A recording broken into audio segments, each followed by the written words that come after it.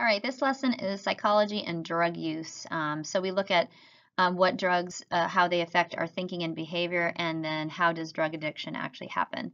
So this important is to know the categories of drugs, what is the effects, like what's the outcome, like what do they do to your body, and then some things about drug abuse as well. So the different categories, psychoactive drugs are altering mood, arousal, thinking, sensation, and perception.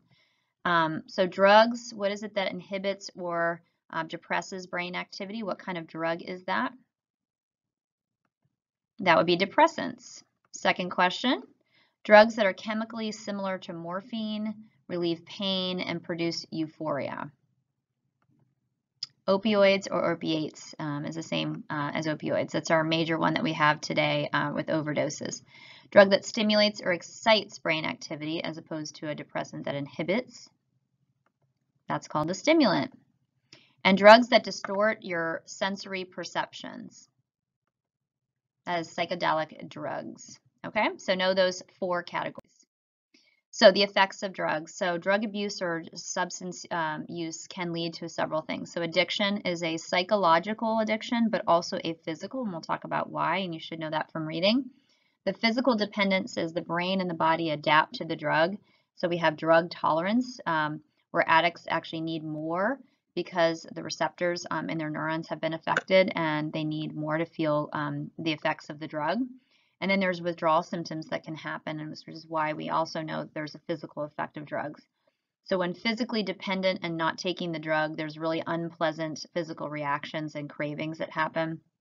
And people can actually die from withdrawal symptoms if their drug addiction is really bad. This is why substance abuse is placed as a mental illness now by the medical community. Extreme dependence without medical supervision can lead to death, and so that's why going into withdrawal and not taking the drug has to be under supervision.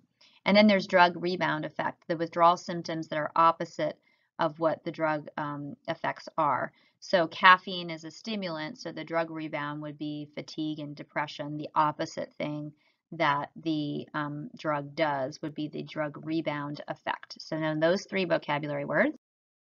Okay, and then distinct biological effects are the following. Your consciousness can be altered, which is why we talk about it in this section with different states of consciousness.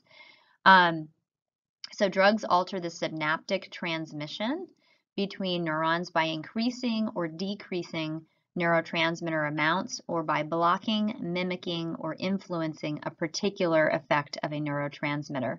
So we had talked about this before when we did some of our neurotransmitters and how antagonist and agonist drugs work. And so when you have the transmission increasing or decreasing neurotransmitter amounts, that means you're blocking the receptors, or you're either going to or you're even going to create them, and that drug can even mimic how neurotransmitters do. The long-term use of drugs, so if you use drugs once or twice, no big deal, but if it's a long-term use, that's when you're actually going to change brain function and structure to where you will be an addict, and it will take time for you not to be an addict. So addiction in the brain, addictive drugs include alcohol, nicotine, cocaine, heroin, and amphetamines. And this is where we talk about the neurons changing. So active dopamine producing neurons are in the brain's reward system. And when we take, or when a person takes drugs, it activates those dopamine producing neurons. So they have that euphoric feeling when people take drugs. The system was originally designed to be for survival, for the fact that we needed to eat and get that reward for eating, so we would eat. It also is included with sex. So it is a biological, that dopamine producing neurons are for the reward system in the brain were biologically used for that reason. Exercise, music, looking at an attractive person can increase your dopamine levels naturally in your body. And it makes the person want to repeat drug use. And that's the scary part, is that repeated use of the similar amounts of drugs, dopamine receptors are reduced and the pleasure from the drug decreases with adaption. So we get drug tolerance and we need more of the drug because those receptors have been changed, and we need to fill those. And when we don't have enough dopamine, we're going to need the drug to fill it in for us. Okay, it also, the reward circuits are changed as well. And you can see that from the brain scan that's there, that a person on the right who just has normal control, and then the drug abuser on the right, the regular on the left. So the reward circuits are changed, and everyday experiences no longer produce like the feeling of euphoria or dopamine, and the drug becomes the way in which someone's not going to feel depressed, bored, or apathetic towards life. However, when shown pictures of drug-related tools, so in studies where they looked at drug abusers, when they were seeing as you can see, the paraphernalia on the right there, a needle or pills or a spoon that would cook crack in, a brain scan showed them light up, and that even the drug-related topics increased dopamine for drug users. So it really does have a physical effect on someone's brain. And this effect can last up to months and even years. And this is why people have a really hard time with rehab, because if they've done it for a longer period of time, and that includes any type of drug, it takes a long time for someone to not feel the effects of taking that drug. So what's the most widely used psychoactive drug? They all are psychoactive. Remember that, not psychedelic. That's one of the that's one of the categories, psychoactive drugs. What's the most widely used one? It is caffeine. What are the other two? Nicotine and alcohol. Okay, all of them are legal. 70 million people have serious alcohol problems in the United States. Well, most common abused opiate or opioid. What is that? That would be oxytocin. Okay, oxytocin is a pain reliever, a time-release version of oxycodone that's crushed to damage time release, and also snorted, smoked, or injected. So oxytocin can have different forms in which somebody takes it besides a pill, and so forth, and it can be very dangerous. Okay, so let's look at alcohol and depressants, okay, first. And again, these are reducing brain activity. So alcohol, the effects of alcohol are drowsiness, sleep, sedation, reduced stress, and it's physically addictive. It produces initially a mild euphoria. People get very talkative, they have good humor, very friendly. A lot of this is less inhibition, so their judgment's a little down, and self-control. So they may do things that they wouldn't normally do, or say things and talk different way. It can also lead to aggression, violence, property damage, sexual assault as well, as they change their mood depending on how much they drink. Women metabolize alcohol slower than men, and it depends on the rate of consumption also. People will drink 2 drinks one day and the next day and feel completely different. So it all depends on the chemistry of the person's body, how fast they were drinking, if they ate food and what kind of foods they ate, were they on medication that day, what was their mood that day. It can also, if your weight is a certain weight, obviously weighing more and drinking the same as somebody who weighs less is going to have a different effect on you as it does them. Setting, age, personality are all going to be things that will have, 2 different people of the same weight drink the same amount in the same amount of time and have 2 different reactions. So it all depends. Somebody might be able to handle enough more alcohol than others. That doesn't necessarily mean everybody's going to have the same reaction. How alcohol attacks the brain and so forth. First, alcohol affects the forebrain, and then motor coordination and your decision making. Number 2, then it knocks the midbrain, so people get aggressive, or they may cry a lot. They lose their emotions. It can also increase the chance of blackouts, which are bad. And then 3, finally, it's going to go to the brainstem, and this is where it can be very dangerous to affect heart rate, temperature, appetite, consciousness, and then that can create a fatal situation for someone. With alcohol, you can also have withdrawal from alcohol, hyperexcitability. It's the opposite. So mild tremors, increased anxiety and lower sleep, and then a higher dependence might create, withdrawal symptoms like confusion, hallucinations, or DTs, delirium tremens. Again, it's the opposite of what the drug does to them.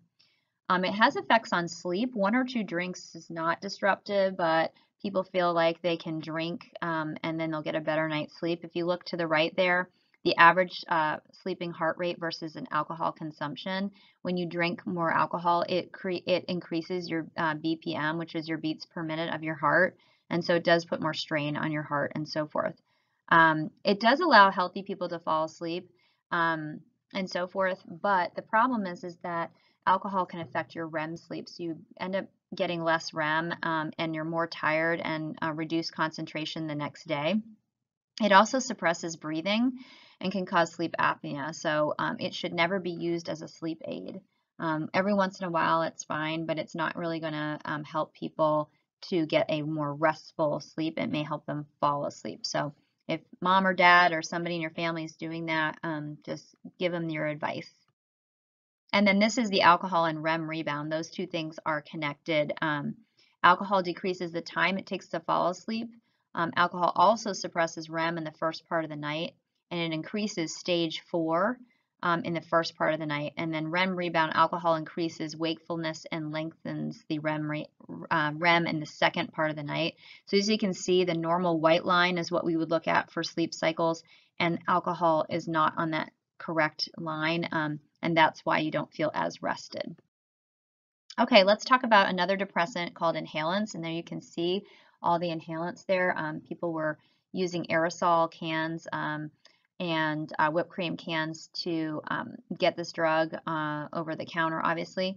So this would include paint solvents, paint sprays, aerosols, spray, and gas.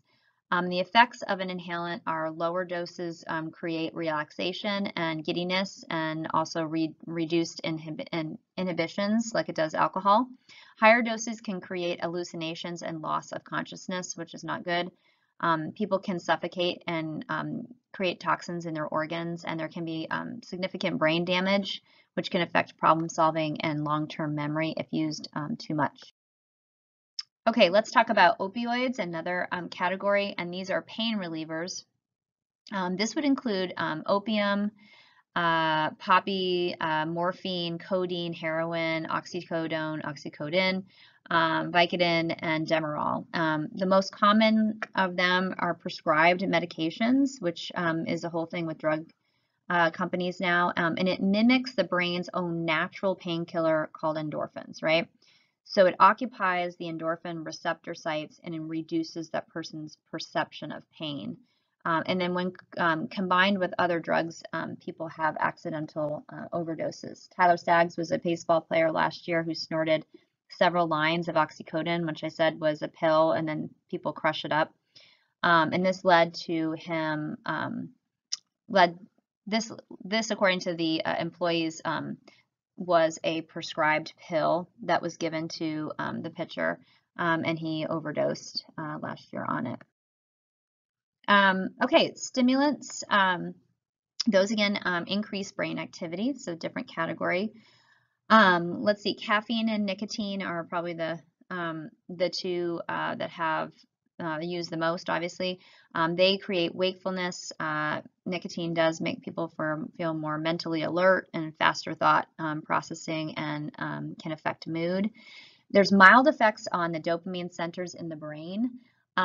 Excessive caffeine, if you've ever had too much Mountain Dew or coffee, increases your heart rate. You can feel it in your chest, and a lot of anxiety. It can really disrupt sleep and cause sleep disorders or sleepwalking. And there's a need to repeat nicotine throughout the day to avoid the brain fog. And there's a lot of irritability and cravings for people who take nicotine.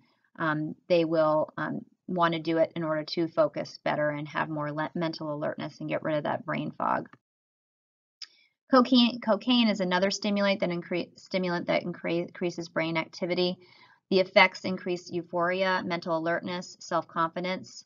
And the way it does this is it blocks the reuptake of dopamine, so you have more dopamine, serotonin, and norepinephrine. That's going to increase their effects. If they're blocked for the reuptake, then they go ahead and they're streamed into the body. That's where people feel that rush. The form and effects of those forms, so crack is smoked or injected, and it reaches the brain in seconds, and in 5 minutes it takes to feel the peak effects, so it's very fast. Snorting, the peak effects come between 30 to 60 minutes. Chronic use, you can see chronic use there of the man or woman's mouth that's open. If it's snorted, it literally has degenerated and worn away the back of the throat where it's inhaled. Chronic use can cause stimulant-induced psychosis as well, so not just physical but psychological problems. So schizophrenic-like symptoms come with cocaine, hearing voices, being paranoid, being very aggressive and dangerous at times, and seeing hallucinations. It can also damage the heart, circulatory system, liver, and other organs. Meth is a form of cocaine. It causes brain damage and tissue loss in the frontal lobe. So you can see frontal lobe, problem solving, memory, all those kinds of things are going to be affected, and decision making. And it reduces dopamine receptors. And so people will get more depression, be emotionally unstable, impulsive, and violent because of that.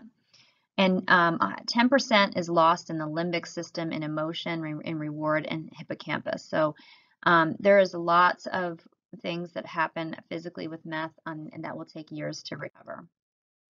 Okay, and then psychological drugs are altered mood and thinking drugs. So we have peyote, cactus, and mushrooms. LSD is the most potent and probably the one that you guys have seen somewhere. Hopefully not, but maybe. So LSD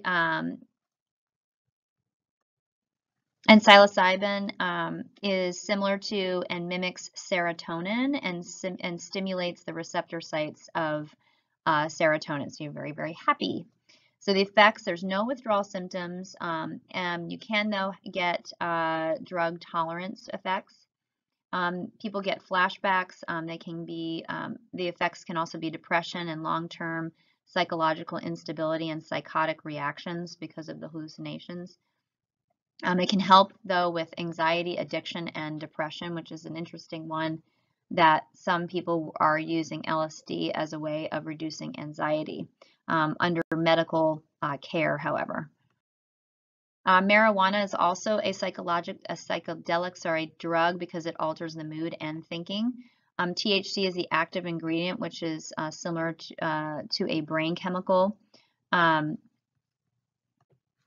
Anandamide regulates pain signals and sensations. And so that's why a lot of people use marijuana for pain help and chronic pain. So the brain already has THC receptors, and lower doses will cause a mild euphoria, good mood, relaxation. Sensations are more focused and vivid. Time perception, though, is changed, where people are not sure of how long time has passed. THC has been helpful in pain, also with epilepsy and hypertension. It also can be used in nausea, for nausea with cancer patients who are having chemotherapy. Also glaucoma, arthritis, and asthma, and it's why some states, or a lot of states, have gone to legalizing marijuana for those reasons. Marijuana, though, in high doses can produce sensory distortions. THC negatives include reduced muscle coordination, so driving's not probably a good idea, and perception. So people's perceptions are off. Their depth perception can be off on how they can actually see. Learning and memory, in low doses it can make people more focused, but in high doses it can actually destroy brain matter, so that memory is lost, and learning can be affected. So cognitive function and neurogenesis can be slowed. It disrupts communication between the hippocampus and the frontal lobe. And what's really important is a lot of vaping products that have marijuana in them. We never know what's in those vaping products, and a lot of it's very toxic and terrible for the body. Chronic users can have withdrawal, so irritability, restlessness, insomnia, tremors, and also decreased appetite will happen with withdrawal, which is the opposite of what the drug does. CBD oil is interesting versus THC. CBD oil products are related to marijuana, but they're not. They don't have the effects. They don't produce the high, and so they're very safe to use. They reduce anxiety and create better sleep if people take them. You get more REM cycles and more vivid dreams and better recall of dreams. And people, there's no wild nightmares because there's no THC in them. THC, in retrospect, like reduces REM cycles stages and increases deep sleep phases, which limit dreams that they can remember. So it's disruptive to sleep, like alcohol and so forth. But it is something to consider using, and not to judge people who do use CBD oil. And then designer drugs are ones synthesized in a lab. MDMA or ecstasy, also you guys may know it as mollies. They have effects such as stimulant or high doses become very psychedelic. And these designer drugs are not the ones that are naturally out there. They're going to be ones that are created. So it can create euphoria, friendliness, increased mood, and that's because it blocks serotonin and the reuptake, so you get more serotonin, so you feel that friendliness and euphoria. The high is followed though by depression and damage to serotonin nerve endings, which again is brain damage due to drugs. Long-term use of it can create depression, anxiety, sleep, and mood disturbances. And one of the side effects is it creates dehydration, which is why people collapse and can possibly die. It creates high rapid heart rate, tremors, muscle tension, hypothermia, so hyperthermia, sorry, not hypothermia, the high body temperature, and teeth clenching as well as another sign that somebody's taking Molly. And then dissociative anesthetics, PCP is known as angel dust, and ketamine is special K. And there a dissociation and depersonalization happens. There's a true detachment from reality, and it does reduce pain, however. PCP is stronger. It's eaten, snorted, injected, and it can last up to several days. And the unfortunate part of taking one of these is violent, aggressive, suicidal convulsions, and possibly death. It's highly addictive, and memory and depression are long-term uses of these two drugs.